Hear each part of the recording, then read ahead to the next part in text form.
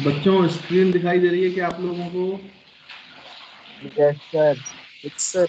Yes sir. चलो ठीक है। देखो भाई,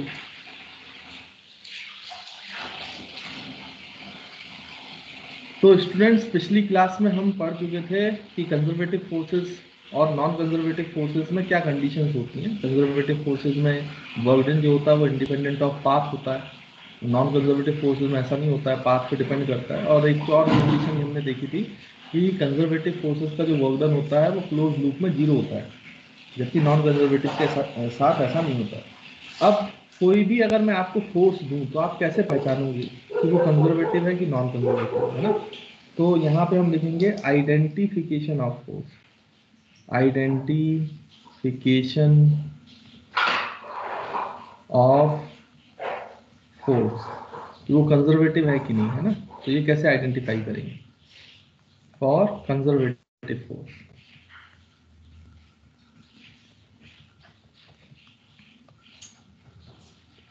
देखो, सबसे पहला तरीका पहचानने का, अगर आपका फोर्स कांस्टेंट फोर्स है बच्चों, कांस्टेंट फोर्स, तो कांस्टेंट फोर्स जो है वो कंजर्वेटिव फोर्स होता है, एक्सेप्ट सिर्फ एक कांस्टेंट फोर्स को छोड़कर, दैट इज काइनेटिक फ्रिक्शन।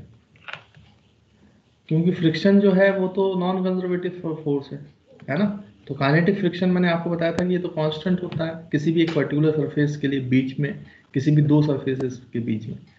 तो उसको छोड़कर जितने भी कांस्टेंट फोर्स होते हैं ये सब कंजर्वेटिव फोर्स होते हैं, है ना?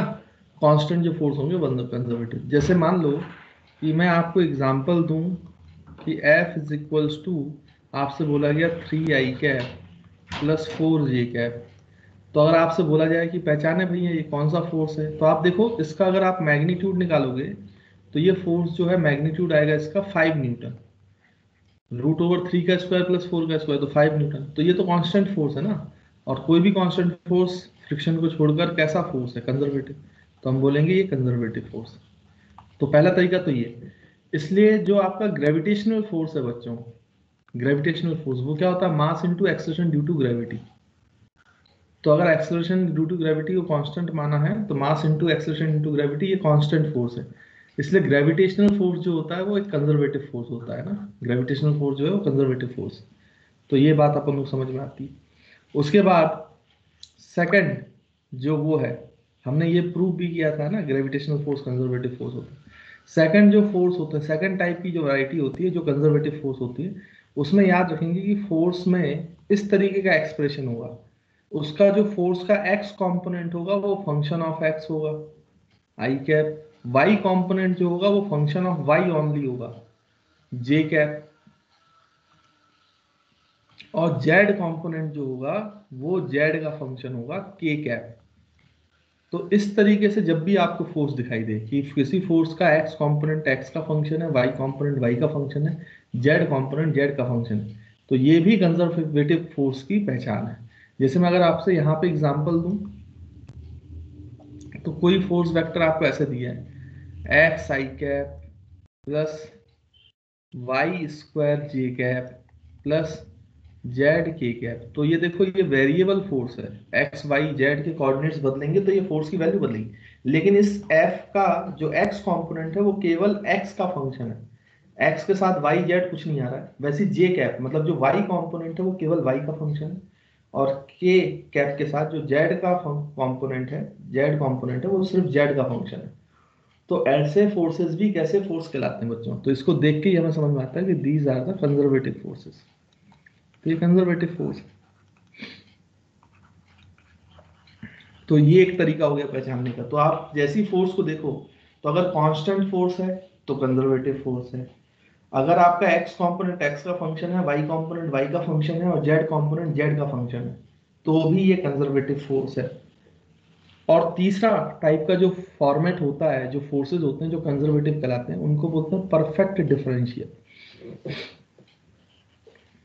परफेक्ट डिफरेंशियल फॉर्मेट यही सबसे ज्यादा दिक्कत करता है। बाकी तो आप कांस्टेंट और ये वाला दूसरा वैरायटी का फोर्स आसानी से पहचान लोगे। ये परफेक्ट डिफरेंशियल फॉर्मेट वाले जो फोर्स होते हैं इनको थोड़ा सा हमें समझना पड़ता है। जैसे मैं आपको एग्जांपल दूं, परफेक्ट डिफरेंशियल फॉर्मेट का, तो यहाँ पर मिक्सिंग ऑफ वेरिएबल्स होंगे। जरूरी नहीं है कि एक्स कंपोनेंट जो है वो एक्स का ही फंक्शन हो, उसमें एक्स और वाई की मिक्सिंग भी हो सकती है। जैसे मान लीजिए कि मैं आपको फोर्स वेक्टर दूं इस तरीके से, force vector is equal to 3x square Y square I cap plus 2x cube Y D J cap, है ना बच्चों।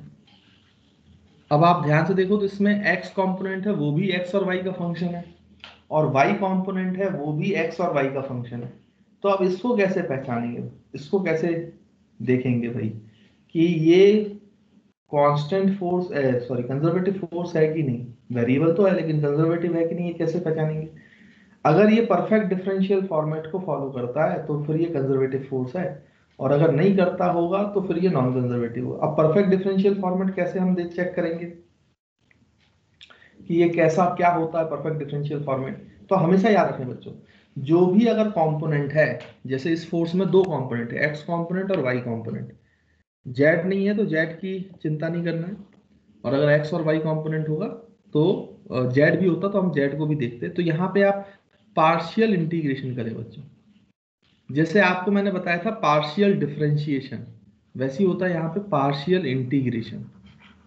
ये एक तरीका है, एक ट्रिक है इसको समझने का कि परफेक्ट डिफरेंशियल फॉर्मेट बन रहा है कि नहीं बन रहा है।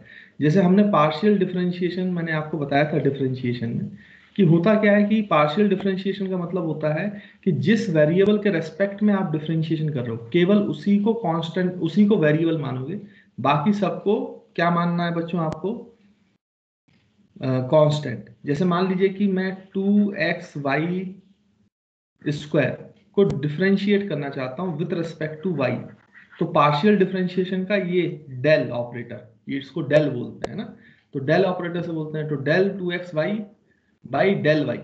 तो ये बता रहा है कि आपको y के रेस्पेक्ट में डिफरेंशिएशन करना है, तो ये पार्शियल डिफरेंशिएशन करना है। पार्शियल डिफरेंशिएशन का मतलब अगर आप y के रेस्पेक्ट में कर रहे हो तो y को केवल वेरिएबल मानोगे, बाकी जितने भी वेरिएबल्स हैं, x होता अगर z होता तो उन सबको कांस्टेंट मानना है।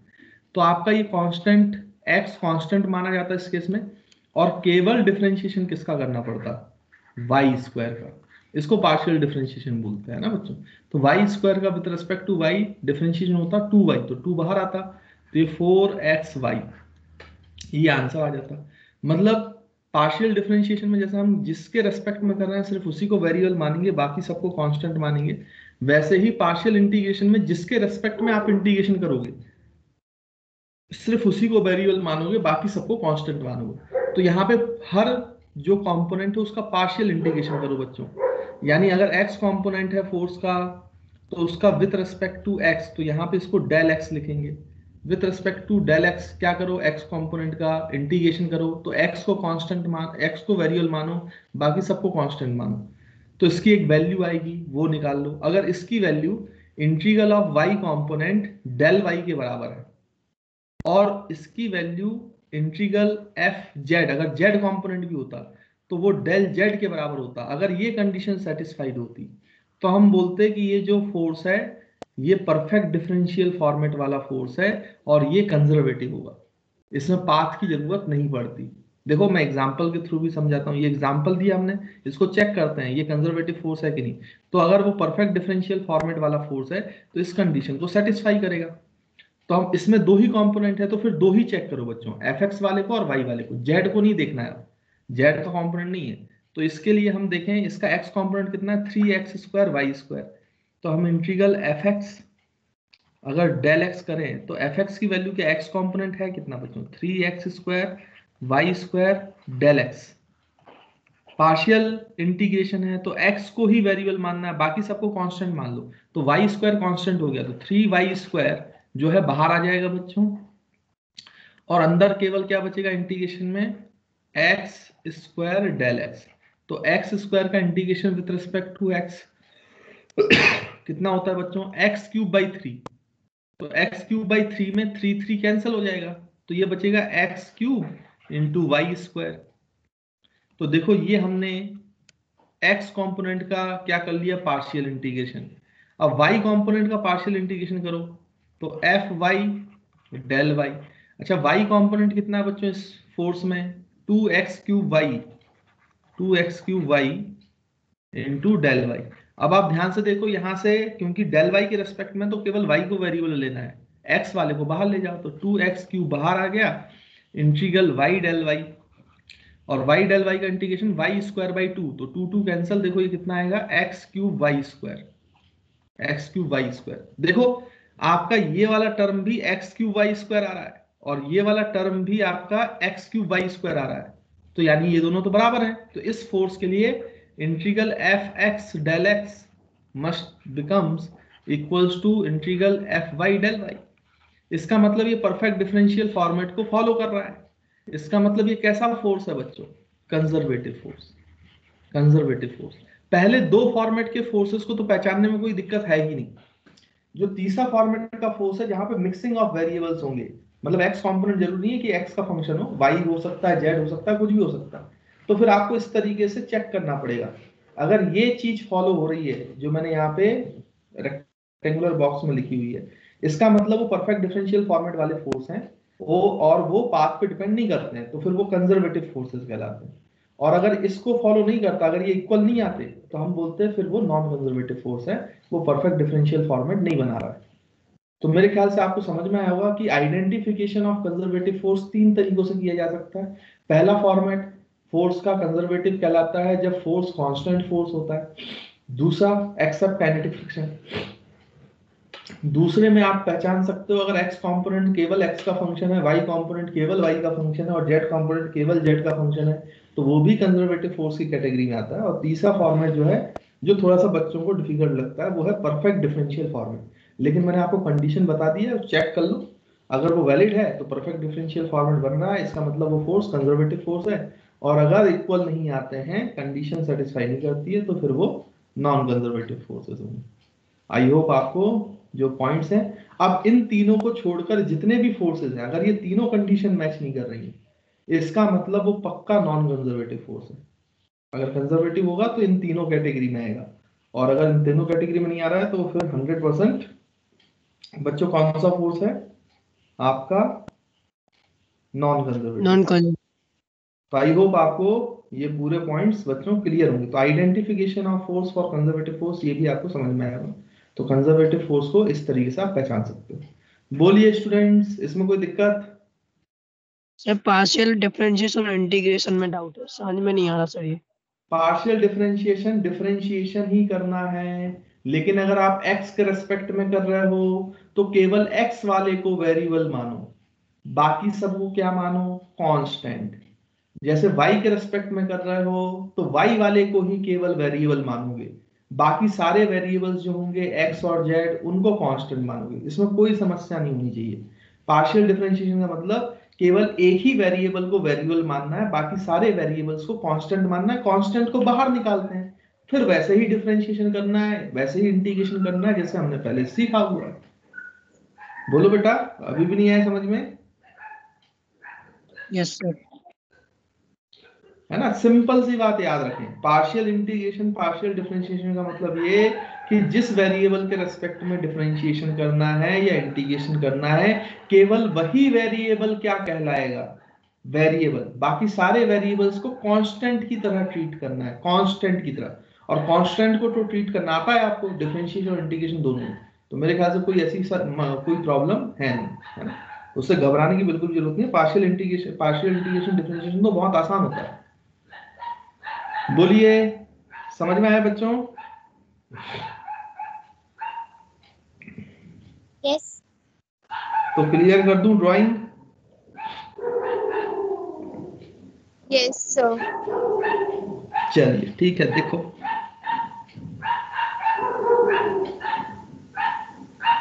और देखिए,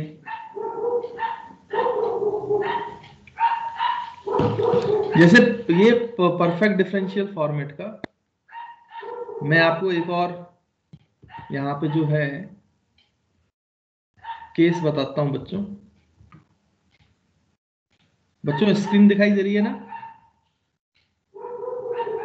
यस सर। चलो, अब जैसे आपका एक एग्जाम में एक बार क्वेश्चन पूछा गया, वो क्वेश्चन मैं यहाँ पे पूछ लेता हूँ आपसे, तो आपको और क्लैरिटी आ जाएगी कि मैं क्या बोला। तीसरे वाले में ही दिक्कत है, बाकी तो दो आपको समझ में आते हैं। तो क्वेश्चन पूछा गया था identify whether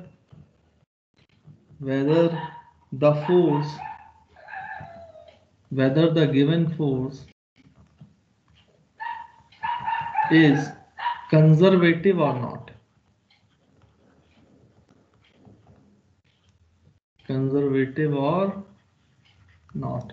तो आपको बताना था कि जो फोर्स आपको दिया जाए कंजर्वेटिव है कि नहीं। तो फोर्स वेक्टर दिया गया था इस तरीके से 3x² y³ into z i plus 2x³ yz j plus x³ y² k। तो आपको अब ये पहचानना था कि ये कंजर्वेटिव फोर्स है कि नहीं। तो ऑब्वियस सी बात है, कांस्टेंट फोर्स तो ये है नहीं, क्योंकि कोऑर्डिनेट्स चेंज होंगे तो एक्स वाई चेंज होंगे तो फोर्स भी चेंज होगा। तो ये तो हमें समझ में आ गया कि पहला फॉर्मेट तो नहीं है भाई, क्योंकि ये वेरिएबल फोर्स है। दूसरा फॉर्मेट चेक करो, क्या इसका एक्स कॉम्पोनेंट एक्स का फंक्शन है क्या? बिल्कुल नहीं। वाई जेड भी है। वाई कॉम्पोनेंट केवल वाई का फंक्शन है क्या? बिल्कुल नहीं। एक्स और जेड भी है। और जेड कॉम्पोनेंट केवल जेड का फंक्शन है क्या? तो यहाँ तो जेड ही नहीं है, एक्स और वाई का फंक्शन है। तो इसका मतलब दूसरी कंडीशन भी गई। तो पहला वाला भी फॉर्मेट में नहीं आ रहा, सेकंड फॉर्मेट में भी ये नहीं आ रहा। अब अगर कंजर्वेटिव होगा तो थर्ड फॉर्मेट में हो सकता है, परफेक्ट डिफरेंशियल फॉर्मेट। या तो अगर थर्ड फॉर्मेट में भी नहीं आ रहा है तो इसका मतलब ये नॉन कंजर्वेटिव होगा, ये हम समझ गए। अब थर्ड फॉर्मेट को कैसे चेक करेंगे? तो पार्शियल इंटीग्रेशन करना है भाई। पार्शियल इंटीग्रेशन सर ने बताया शॉर्ट ट्रिक कि इसको हम इस तरीके से चेक कर सकते हैं। तो इंटीग्रेशन करो। तो अगर हम पार्शियल इंटीग्रेशन करेंगे तो इंटीग्रल एफ एक्स की वैल्यू क्या है बच्चों? Integral F X del X कर रहे हैं, एक्स कॉम्पोनेंट। तो एक्स कॉम्पोनेंट है 3x² y³ into Z into del X. तो जिसके रेस्पेक्ट में कर रहे हो केवल उसी को वेरिएबल मानना, बाकी सबको कांस्टेंट मानना। तो कांस्टेंट तो इंटीग्रेशन के बाहर आ जाता ना। तो 3 भी कांस्टेंट है क्योंकि हम x के रेस्पेक्ट में कर रहे हैं, तो y भी कांस्टेंट है और z भी कांस्टेंट है भाई। मेरे ख्याल से इसमें कोई दिक्कत वाली बात नहीं।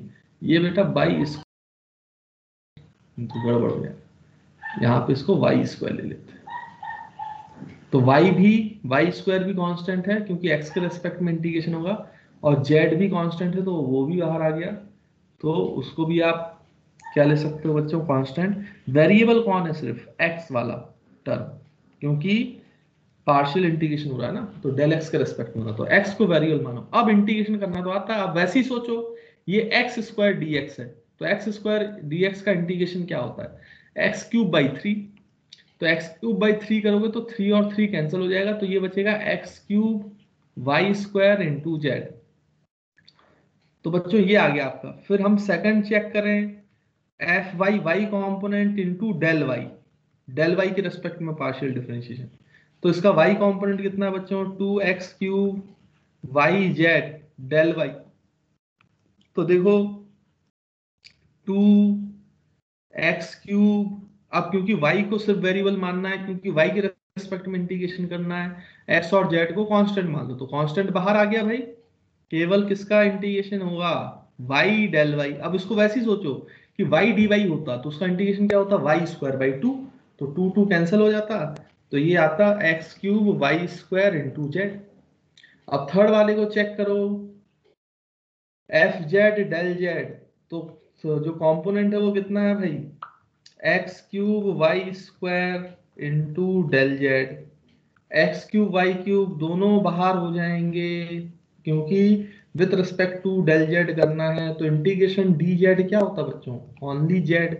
तो यह आ जाता x³ y² जेड। आप ध्यान से देखो तो तीनों का जो पार्शियल इंटीग्रेशन है वो बिल्कुल सेम आ रहा है। इसका मतलब जो ये फॉर्मेट है ये थर्ड फॉर्मेट को फॉलो कर रहा है ये फोर्स। तो यहाँ पर हम बोल सकते हैं कि ये परफेक्ट डिफरेंशियल फॉर्मेट वाला फोर्स है। इसलिए ये जो फोर्स दिया गया है ये पाथ पे डिपेंड नहीं करेगा। मतलब it is example of conservative force which is comes under the third format, perfect differential format, conservative force. I hope अब आपको क्लियर होगा शायद किस तरीके से किसी फोर्स को आप निकाल। जैसे मैं बोलता बच्चों इस तरीके का फोर्स है, F vector is equals to Y I cap. अब देखो इसमें एक्स वाला जो कंपोनेंट है वो वाई का फंक्शन है, तो इसमें ना तो हम ये चेक लगा पाएंगे ना ये कर पाएंगे, क्योंकि और कंपोनेंट नहीं है, सिर्फ एक्स का कंपोनेंट है, तो इसको लिखने का कोई जरूरत ही नहीं है। तो ये परफेक्ट डिफरेंशियल फॉर्मेट भी नहीं होगा क्योंकि सिंगल वेरिएबल, और ना ही ये कांस्टेंट फोर्स है, ना ही एक्स कंपोनेंट, ये वाई का फंक्शन है, एक्स का फंक्शन नहीं है। तो ये जो एग्जांपल है ये नॉन कंजर्वेटिव फोर्स हो गया, ये तीनों फॉर्मेट में नहीं आ रहा, तो this is non conservative force. तो मेरे ख्याल से अब क्लियर होगा, इस तरीके से आप चेक लगा सकते हैं। हाँ, कुछ पूछना पूछ लो, बोलो बेटा, कुछ पूछना है क्या? सर ये तीनों तो इक्वल है, तो कंजर्वेटिव नहीं होगा सर?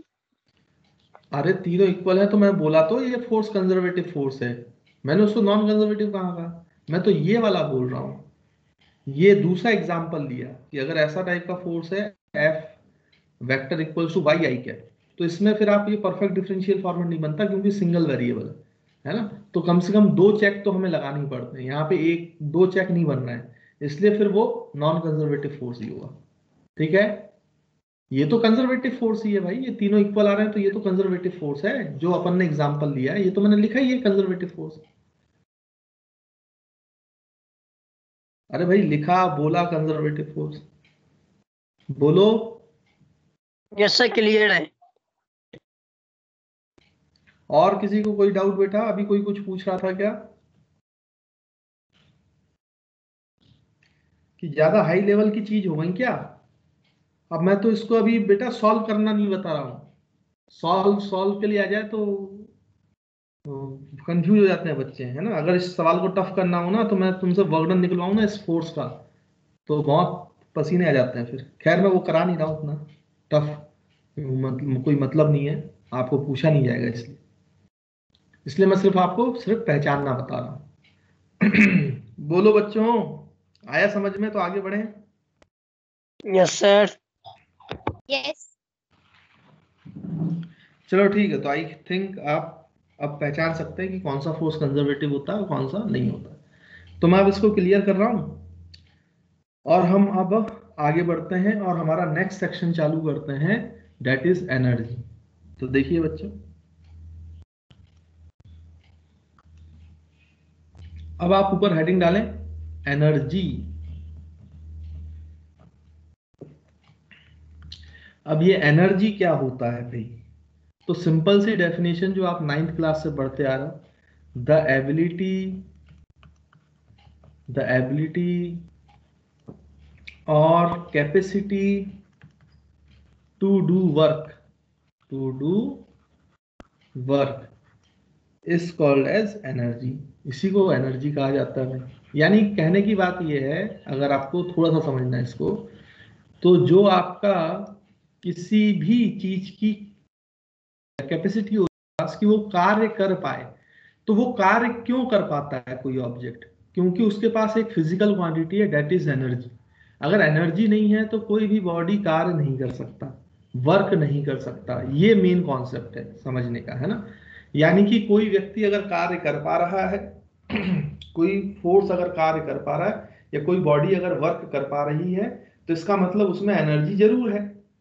वो एनर्जी ही रेस्पॉन्सिबल है वर्क कराने के लिए, नहीं तो वर्क होना पॉसिबल नहीं है।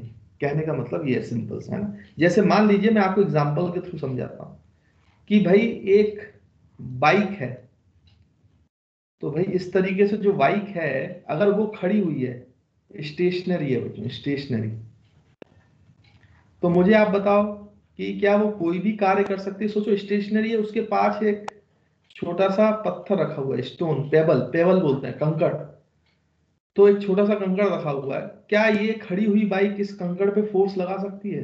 बिल्कुल नहीं। क्या इसका डिस्प्लेसमेंट करा सकती है? बिल्कुल नहीं। यानी ये जो रुकी हुई बाइक है, रेस्ट पे जो बाइक है, ये कभी भी इस कंकड़ पर कोई भी वर्क नहीं कर सकती। वर्क क्यों नहीं कर सकती? क्योंकि इसके पास किसी भी प्रकार की एनर्जी नहीं है, इसकी एनर्जी बच्चों जीरो है, इसलिए ये बाइक कार्य भी नहीं कर पाएगी, वर्क भी नहीं कर पाएगी। लेकिन अगर सोचो यही बाइक के पास मोशन होता, ये बाइक बहुत तेजी से ऐसे आगे जा रही होती, इसके पास वेलोसिटी होती भी, और फिर इसका टायर इस कंकड़ से टकराता, तो ये कंकड़ जो है, पेबल जो है, ये इस तरीके से क्या थ्रो हो जाता, मतलब इस पेबल पर, इस स्टोन पर फोर्स लगा और इसका डिस्प्लेसमेंट भी हुआ। यानी यही बाइक अब इस पेबल पे क्या कर पा रही है, इस स्टोन पे क्या कर पा रहा है, वर्क कर पा रहा है, क्योंकि फोर्स भी लगा रहा है और इसका डिस्प्लेसमेंट भी हो रहा है। तो यहाँ पे work is not equal to 0। तो हम ये बोलेंगे कि एक्चुअली में इसलिए हो पाया क्योंकि ये जो बाइक है ये मोशन में थी, इसका मतलब इसके पास एनर्जी थी बच्चों, एनर्जी, तभी ये स्टोन पर जो है वो वर्क कर पा रहा है। और ये एनर्जी इसके मोशन की वजह से है। तो जो एनर्जी मोशन की वजह से किसी बॉडी में आती है, मोशन की वजह से किसी बॉडी में एनर्जी होती है और वो उससे वर्क कर पाता है, उसको हम बोलते हैं काइनेटिक एनर्जी। मतलब the energy possessed by a body by virtue of its motion, we can say that it is a kinetic energy, उसको हम काइनेटिक एनर्जी बोलते हैं। मेरे ख्याल से आप समझ पा रहे होंगे काइनेटिक एनर्जी का क्या मतलब है। वैसे ही अगर मैं आपसे बोलूं कि आपने क्या किया भाई, कि ये ग्राउंड सरफेस है बच्चों, इस ग्राउंड सरफेस के ऊपर आपने एक ब्लॉक ले जाओ ऐसे h हाइट पर, तो इसकी आपने पोजीशन चेंज कर दी बच्चों। h हाइट के ऊपर आप ब्लॉक ले गए तो आपने पोजीशन चेंज कर दी विथ रिस्पेक्ट टू अर्थ। अब इस ब्लॉक को यहां से रिलीज करो तो ये ब्लॉक नीचे आ जाएगा बच्चों, नीचे आ जाएगा। अब सोचो यहाँ पे कोई इंसान खड़ा है, तो अगर ये ब्लॉक उस पर टकराएगा, हिट करेगा, तो उसको क्या कराएगा, नुकसान पहुंचाएगा। किसी आदमी के ऊपर गिर गया तो भाई उस पर फोर्स लगाएगा, उसको नुकसान पहुंचाएगा, मतलब उस पर वर्क करेगा। और वर्क कर पा रहा है तो इसका मतलब इसके पास कोई तो एनर्जी थी जो एच हाइट ऊपर थी पोजीशन चेंज करने की वजह से। तो ये वो एनर्जी है जो हमें दिखाई नहीं देती, बट उस ब्लॉक के पास थी जब हमने उसके पोजीशन चेंज की। तो ऐसी एनर्जी को बोला जाता है पोटेंशियल एनर्जी, जो चेंज इन पोजीशन की वजह से आती है, जो एनर्जी हमें दिखाई नहीं देती बट वो होती है। क्योंकि आप जैसे ही ब्लॉक को छोड़ोगे एच हाइट से तो नीचे गिरेगा, उसके पास रफ्तार आएगी, मतलब काइनेटिक एनर्जी आएगी। तो काइनेटिक एनर्जी आई कहां से, कोई तो एनर्जी रही होगी, तो वो एनर्जी कहलाती है बच्चों पोटेंशियल एनर्जी।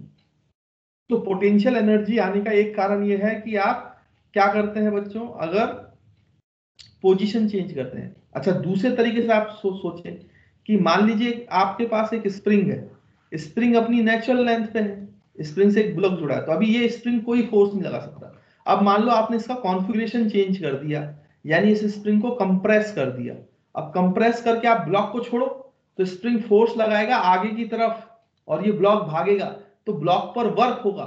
इसका मतलब जैसे ही आपने इसका कॉन्फ़िगरेशन चेंज किया, इस स्प्रिंग के पास एक एनर्जी आ गई जिसकी वजह से इस ब्लॉक पर वो फोर्स लगा पा रहा है और उसका डिस्प्लेसमेंट करा पा रहा है, वर्क करा पा रहा है। ये जो कॉन्फ़िगरेशन चेंज करने की वजह से एनर्जी आई है बच्चों, इसको बोला जाता है इलास्टिक पोटेंशियल एनर्जी। ये भले ही हमें दिखाई नहीं देती बट ये होती है, क्योंकि ये कार्य तो कर पा रहा है, कर पा रहा है तो कोई ना कोई एनर्जी तो होगी। तो वो एनर्जी कौन सी होगी, तो उसको हमने नाम दिया है पोटेंशियल एनर्जी। तो अगर कॉन्फ़िगरेशन चेंज करने की वजह से एनर्जी आती है तो उसको हम बोलते हैं इलास्टिक पोटेंशियल एनर्जी। और अगर हम अर्थ की बात करें, ग्रेविटेशनल फील्ड में अगर हम पोजीशन चेंज करते हैं तो जो पोटेंशियल एनर्जी आती है उसको बोलते हैं ग्रेविटेशनल पोटेंशियल एनर्जी। फिर अगर मैं आपको और एग्जांपल दूं इलास्टिक पोटेंशियल एनर्जी का, तो आपने जो है बच्चों इस तरीके से बो एंड एरो देखा होगा। तो ऐसे धनुष होता है, उसमें ऐसे स्ट्रिंग लगी रहती है, तो उसमें जब आप क्या करते हो, इसका कॉन्फ़िगरेशन चेंज करते हो, मतलब इस स्ट्रिंग को खींचते हो इसमें एरो लगाकर, तो बच्चों इसका कॉन्फ़िगरेशन चेंज हो गया। इसके कॉन्फ़िगरेशन चेंज होने की वजह से इसमें एक इलास्टिक पोटेंशियल एनर्जी आ चुकी है, इलास्टिक पोटेंशियल एनर्जी।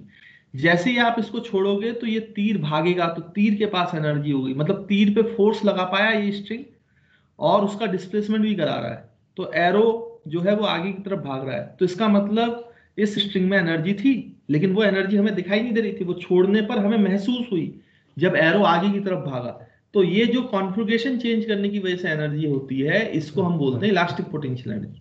तो पोटेंशियल एनर्जी दो तरीकों से आ सकती है, या तो आप किसी फील्ड में पोजीशन चेंज करें, जैसे 12th क्लास आएगा आपका, तो आपको पता है बच्चों दो चार्जेस होते हैं, अगर सेम चार्ज होते हैं सेम नेचर के, पॉजिटिव और पॉजिटिव चार्ज, तो वो एक दूसरे को रिपेल करते हैं। तो आप किसी चार्ज को ऐसे पास लाके छोड़ दोगे तो ये भागेगा, तो आपने इसकी पोजीशन चेंज करेगा तो इसमें एक एनर्जी है, इन दोनों के बीच में एक एनर्जी स्टोर्ड हो गई है जो हमें दिख नहीं रही। इसको हम बोलेंगे, क्योंकि ये इलेक्ट्रिक फील्ड में है, इलेक्ट्रिक फोर्स लग रहा है ना, तो इलेक्ट्रिक फील्ड में, तो इसको हम बोलेंगे आगे चलकर 11th क्लास 12th क्लास में हम पढ़ेंगे इसको किस नाम से, electrostatic potential energy, electrostatic potential. तो इलेक्ट्रिक फील्ड में पोजीशन चेंज करने की वजह से जो एनर्जी आ रही है वो इलेक्ट्रोस्टैटिक पोटेंशियल एनर्जी है। ग्रेविटेशनल फील्ड में पोजीशन चेंज करने की वजह से जो एनर्जी आ रही है वो ग्रेविटेशनल पोटेंशियल एनर्जी है। कॉन्फ़िगरेशन चेंज करने से जो पोटेंशियल एनर्जी डेवलप हो रही है उसको हम इलास्टिक पोटेंशियल एनर्जी बोलते हैं। और मोशन की वजह से जो एनर्जी है, जो वर्क वो कर पाता है बॉडी मोशन की वजह से, उसको हम काइनेटिक एनर्जी बोलते हैं। तो बेसिकली यहाँ पर 11th क्लास में जो वर्क एनर्जी पावर वाला चैप्टर है, इसमें हमें दो ही टाइप की एनर्जी पढ़नी है। एनर्जी तो बहुत प्रकार की होती है, हीट होती है, केमिकल होती है, थर्मल होती है, और भी बहुत सारी साउंड होती है, दुनिया भर की होती है। लेकिन अभी हमारा इस चैप्टर में सिर्फ फोकस रहेगा काइनेटिक एनर्जी पर और पोटेंशियल एनर्जी पर। इसी के बारे में हमें समझना है, इसी से रिलेटेड न्यूमेरिकल सॉल्व करने। तो एनर्जी आई होप आपको समझ में आया होगा, कैपेसिटी और ability to do work is called as energy. और एनर्जी जो है मेनली हम इस चैप्टर में दो टाइप की एनर्जीज को डील करेंगे। एक है आपका पोटेंशियल एनर्जी, पोटेंशियल एनर्जी में भी ग्रेविटेशनल पोटेंशियल एनर्जी को डील करना है और स्प्रिंग पोटेंशियल एनर्जी को डील करना है, इलास्टिक पोटेंशियल एनर्जी को। बाकी मोशन की वजह से जो आएगा वो काइनेटिक एनर्जी। तो नेक्स्ट क्लास में पहले मैं आपको पोटेंशियल एनर्जी पढ़ाऊंगा, क्योंकि पोटेंशियल एनर्जी थोड़ा सा समझने में बच्चों को टफ लगता है, लेकिन एक बार आप समझ जाओगे पोटेंशियल एनर्जी तो मेरे ख्याल से कोई दिक्कत नहीं जाने वाली। और फिर काइनेटिक एनर्जी तो बड़ा आसान होता है, ये तो आपने 9th वाइन्थ में पढ़ा है, इसको पढ़ेंगे। और इसके बाद फिर हम आएंगे work energy theorem, which is the most important topic is of this chapter. इस मतलब इस चैप्टर में कहीं से न्यूमेरिकल्स आना है, चाहे वो कंपटीशन हो चाहे आपके बोर्ड एग्जाम हो, वो इसी थ्योरम से आएंगे, वर्क एनर्जी थ्योरम। तो work energy theorem is really very important, तो इसको हम ढंग से समझेंगे। और वर्क एनर्जी थ्योरम से ही एक स्पेशल केस बन जाएगा जिसको हम बोलते हैं कंजर्वेशन ऑफ एनर्जी, जो आप 9th में पढ़ के आए हो। तो कंजर्वेशन ऑफ एनर्जी कब लगा सकते हैं, उसकी कंडीशन क्या है, कैसे आता है, कैसे यूज करते हैं, वो अब आपको समझ में आएगा 11th क्लास में, अगर हम ढंग से इसको डील करेंगे तो मेरे ख्याल से पूरा चैप्टर का प्रोसेस आपको समझ में आ गया।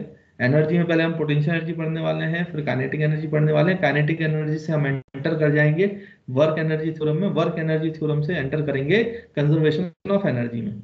और फिर आएगा section, last section of this chapter which is known as power. तो फिर पावर आपको समझाया जाएगा, है ना। तो आई होप आपको सीक्वेंस क्लियर है। और बाकी का जो है बच्चों डेफिनेशन आपको मेरे ख्याल से एनर्जी की क्लियर होगी। और इसके बाद हम नेक्स्ट क्लास में स्टार्ट करेंगे पोटेंशियल एनर्जी। बोलिए बच्चों, यहां तक कोई डाउट कि समझ में आ गया? सर चलिए, तो आपने लिख लिया है तो मैं क्लियर कर दूं ड्राइंग। Yes sir. चलिए ठीक है बच्चों।